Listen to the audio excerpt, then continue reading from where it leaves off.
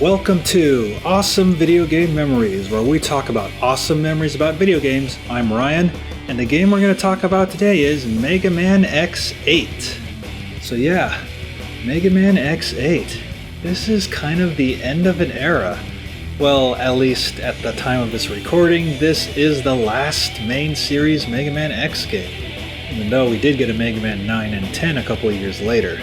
So after the disaster that was Mega Man X7, I was definitely very skeptical about Mega Man X8 because I was hoping that they would not go into that pseudo 2.52 3D whatever thing where you can't even hit most of the enemies, but thank God they brought it back to 2D, although it's more of 2.5D.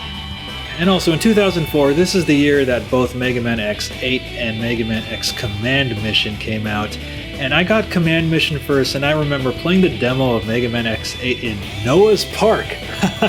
I see what they did there. Yeah, and I was actually surprised they changed the art style quite a bit in this game.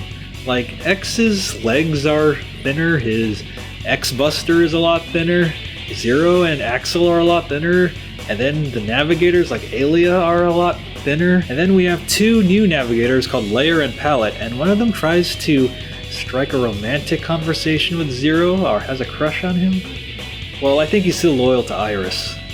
So I remember in 2004, I had to download the trailer for this because this was a year before YouTube, and I remember seeing Lumine, who ends up being the main antagonist of this game, saying, "Thanks for getting rid of Sigma. He's gone for good this time." And I didn't know whether to believe that or not, but because we haven't had a main Series X game for over a decade, maybe he's kind of right in a way, especially in the Mega Man Zero series where Sigma is nowhere to be seen. So the good news is the gameplay is now back to standard left and right 2D, although it's more of 2.5D because the graphics do move along with you.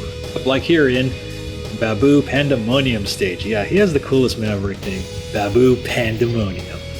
And actually what is cool, you get to choose between X, Axel, and Zero, although you can only use two of them at a time, and you can tag team, and you can actually unleash like super attacks, which is actually pretty cool and which saved my ass a lot of times in this game. And in this game there is a store where you have to collect medals, and there are a couple of places where you can kind of get unlimited medals. I remember I had Steel Battalion for the Xbox, and I would just put the Steel Battalion controller on top of my PlayStation 2 controller and have X or Axel just like shoot, kind of under a medal generator, which we would call it, and get unlimited medals after like an hour or so. Yeah, and I was actually surprised that Vile came back, although at the end of X3 he was like, "I will haunt you till the day you die." Hey, I'm back, because, hey, I'm Sigma's lapdog.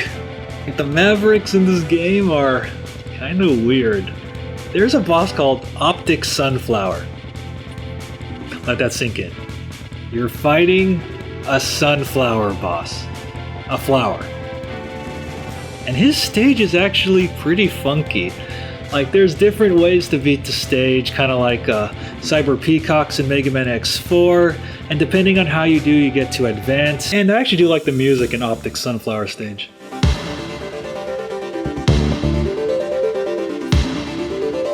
Actually, what is really cool about this stage is, if you have a command mission save, you get to fight Cutman from the original Mega Man, and I confess, I actually lost to him the first time. I was like, "You get to fight Cutman, but I only have like 2 energy bars left." I'm Mega Man X, and I lost to Cutman.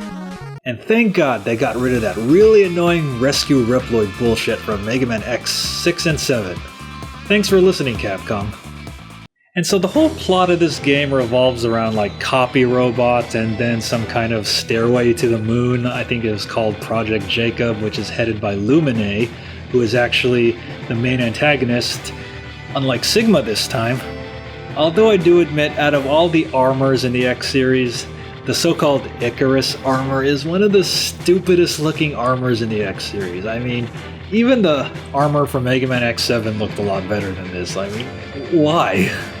And actually, what is pretty crazy, because of the whole copy robot thing, you do actually have to fight bodies of Sigma, and Sigma's form in this game looks pretty crazy, even crazier than his Mega Man X4 form. He's like sitting on the throne, Devil Sigma. Yeah, bitches. And I actually was surprised that Lumine was the final boss, and I definitely found Lumine to be hard at first, but on repeated playthroughs I found him a lot easier because you get to upgrade all your weapons and your stats, especially if you get unlimited medals.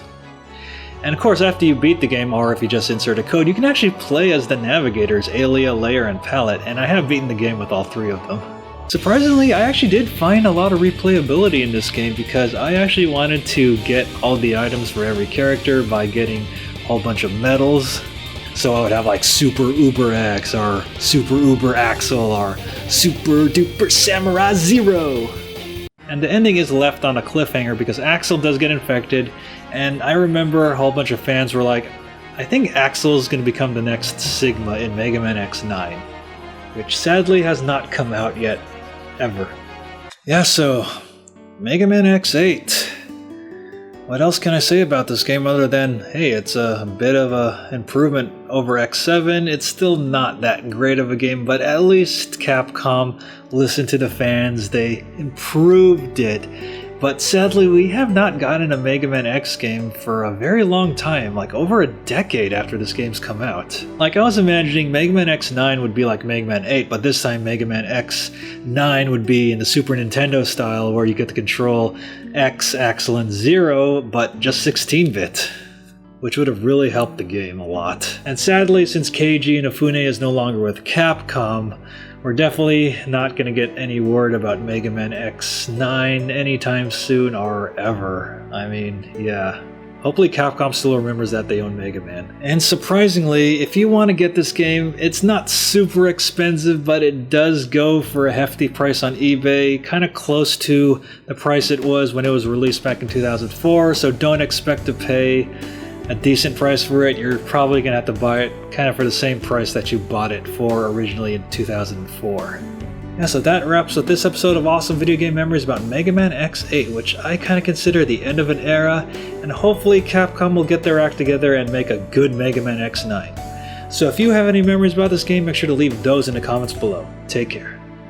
Hey, did you like what you see? Then come check us out at twitch.tv/BattleGeek+.